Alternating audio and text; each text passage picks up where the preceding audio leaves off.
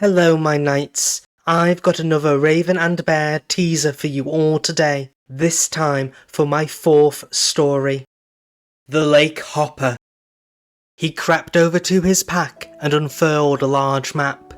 A week of travel had taken them along Gwynev's northern coast to Dinas Abergele in Clwyd.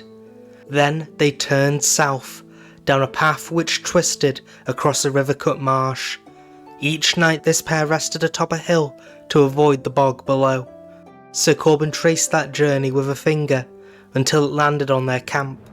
Less than a day remained before they reached a settlement in need of aid called Caeran. He silently compared this kingdom with others they had quested through. Clwyd was treacherous for many reasons. First, monster incursions were common due to their border with that baleful wood. Second, its sparse towns and poorly kept roads made travel risky.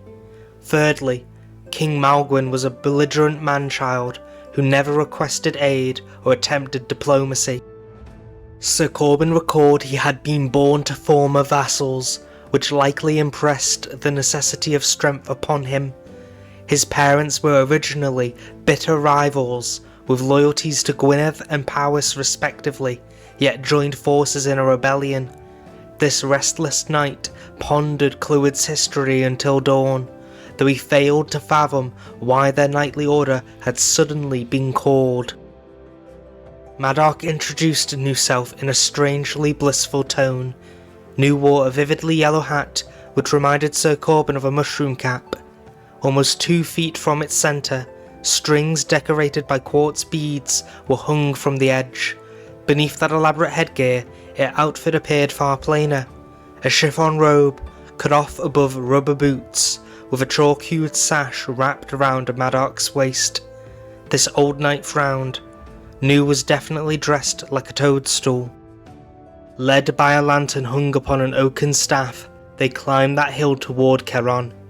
Sir Corbyn faltered when he realised no flame flickered between those panes of glass. Stranger still, it glowed with an uncanny teal hue rather than a warm ochre or scarlet. Atta rushed after them, a dozen steps behind.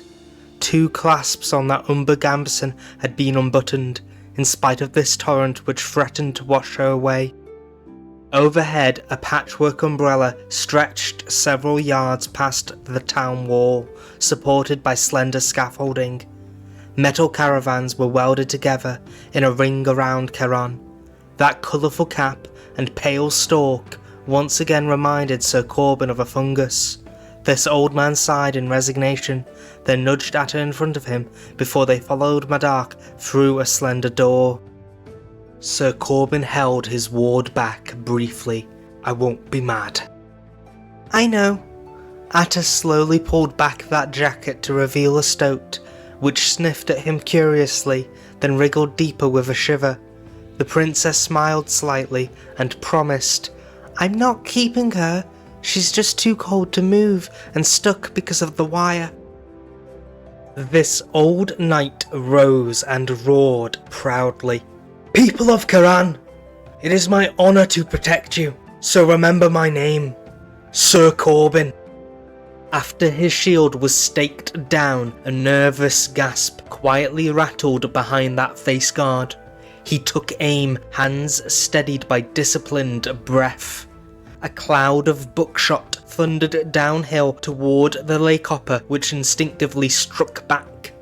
Sir Corbyn threw himself aside so its barb only raked across a patch of chainmail and barely grazed his arm underneath.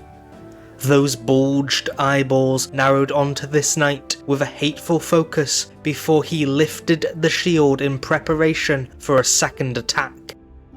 A loud crack slammed against Sir Corbyn's eardrum, chased by splinters as wood shattered toward it. That monster had hit harder than a ballista and nearly knocked him down, yet when its slender tail withdrew with a snap of dried lumber, he hardly reacted.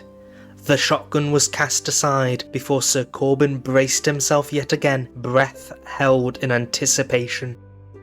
A vile spear broke through once more, but slid off his helm in a blow fainter than rain. A single step turned this shield to trap the lake hopper. While that beast grumbled in complaint and pulled back weakly, Sir Corbyn drove down one pin with a mighty yell. Then he slammed a foot against his snare, sword drawn skyward, where it was set aflame by this sunrise beside them. I hope that got you excited for the full story. Please like this, leave comments and share. Diolch am wrando.